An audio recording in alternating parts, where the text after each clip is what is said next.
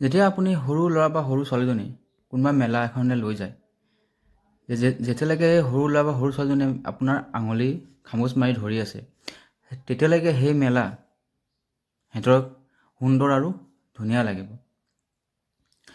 যদি কেনেবাকৈ হাতৰ পৰা আঙুলি এৰ খাই গ'ল, তেতিয়া সেই মেলা সিহঁতৰ কাৰণে সুন্দৰ হৈ নাথাকে, সেই মেলা ভয়াৱহ হৈ পৰে। সেই মেলাৰ সেই চকৰি, সেই খেলনা বস্তু, সেই দোকান, সেই পোহাৰ সিহঁতৰ কাৰণে এক ভয়াৱহ হৈ পৰে। সিহঁতৰ চকুলোৰে কেৱল আপোন মানুহজনক চকুলো টুকি বিচাৰি ফুৰে। ঠিক তেনেদৰে আমাৰ জীৱনটো এক মেলাই হয়।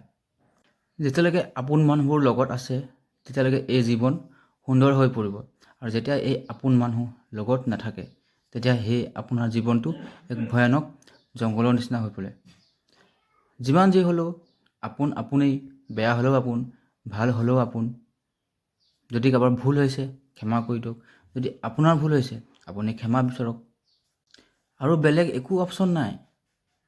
আপোনটো আপোনে হয়। জীৱনটো হাঁহি থাকক, খিকিন্দালি কৰি থাকক, আৰু এয়াই জীৱন।